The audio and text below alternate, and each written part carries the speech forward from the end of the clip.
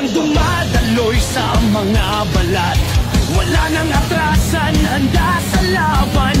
Wala'y tagisan sa gitna ng apoy, di nagpapalupig sa bawat hampas.